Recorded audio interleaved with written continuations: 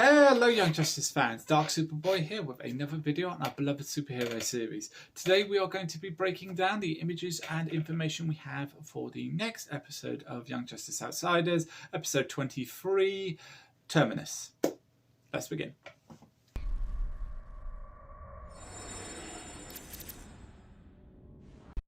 Okay, first things first, let's start off with synopsis. The hunt for Halo is on. Pray the team doesn't find her.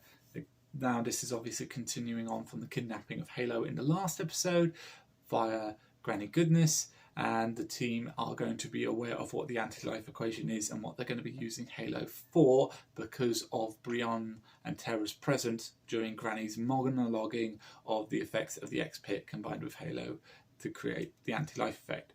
And obviously every member of the team is not going to want that to happen to the galaxy, to have all free will removed. So most likely going to have a massive mounting attempt of a rescue. How they're going to get there, Victor Stone's boom tube. But what do you do when you find her? And this is a conflicting part for the second part of the synopsis, because this person has the ability to remove all free will in the right circumstances from the universe. Halo definitely isn't going to be as free as she used to be, because what she is now, and if the light know about it and the dark side Apocalypse and forces know about it, they're not going to stop to try and get her, and the tower just doesn't have enough security to stop that. So whether or not they'll put in a watchtower in a detention facility for safe measure, they might move her up to Oa for protecting there. Yeah, what do you do with that, someone with that kind of ability? I don't know, but we'll have to watch this episode and see.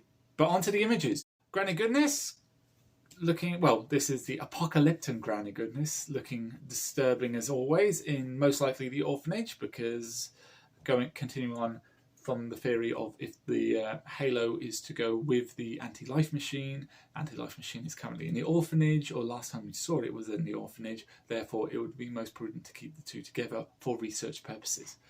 Nightwing and Kaldur up next. Kaldur is most likely not a member of Justice League anymore, or won't be for much longer, due to the reveals, all the betrayals he has done to not only the team but to the Justice League, with the Batman Incorporated team in the background.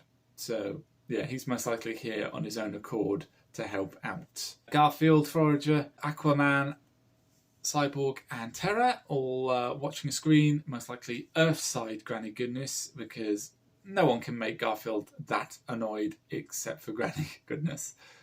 They're probably all gathered together for the rescue attempt, because Victor is the key to getting to wherever they want to go via his boom tubes. Next, we have the relationship that is Megan and Connor, because from last episode, a lot of lies were revealed to Connor from Megan, and those two have had issues of trust in the past. So whether or not these two are still going to be engaged by the end of this, I have no idea. I hope so. They are a very nice couple, but Megan does seem to keep slipping up more times than not in regards to open relationship with Connor. Next, Guy Gardner. Now, this image is key to many things, because we've got video shot in space, so this might be the Justice League space unit coordinating attack against the orphanage with the team to try and get Halo out. Also, if we look at this image, we can see that it's not just space and Guy Gardner, there's a yellow aura to it, and judging by the flaking disintegration effect, I think that's the X-Pit effects being forced on Guy or the surrounding area in order to try and subvert his will. And obviously Green Lanterns are very strong in the form of will, but also if Green Lantern personal fields negate the effects of the X-Pit, it means that the anti-life equation cannot fully work on them, because it is a combination of the X-Pit, submissive, torturous and subliminal messagings, and Halo's anti-life reversing energy aura that makes the anti-life equation, because the X-Pit wasn't the sole answer to it, as discussed in the previous episode. So it's a good sign for any potential future resistance from Darkseid's forces, that all Lantern Corps members and all Lantern Corps will not be affected by the anti-life equation aura effect. Team assembly! Hey, we've got Artemis back. I missed her for the last couple of episodes. I don't know what she's been doing. Maybe developing a relationship with Will, which I still think is really super weird. But the team's all there, ready to go. Victor and Garfield are probably where we are from our perspective, ready to go. Miss Martian's linking up the team. Artemis and Brion, nothing new there. Caldo in action, and this lighting seems to say that they are finally on the orphanage battling parademons. We've got a nice Black Lightning and Static sitting down and looking out into the ocean. Obviously, Black Lightning's having a lot of emotional trouble right now due to all the portrayals and not wanting to know not knowing what to do.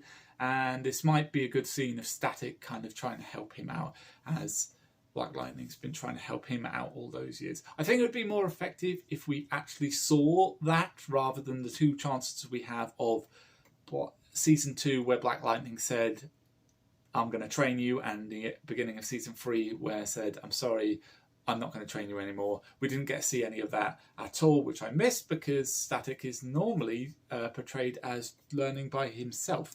Parademons, Apocalypse bodyguards. Now, I'm very confused of why these guys are here, because they weren't used in the last fight the Justice League had at the orphanage. It was just the Furies. It could be the Furies are off somewhere else, so Granny's replaced them with parademons, or maybe she just thought her Furies were going to be enough to take down the Justice League, or at least hold them off whilst the anti-life machine took effect on them.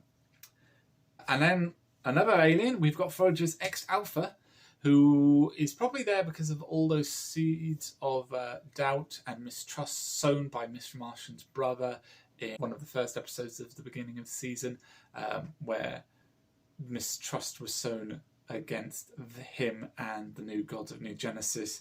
And who are the opponents of the New Gods of New Genesis? Why the New Gods of Apocalypse? So that alliance is coming to fruition.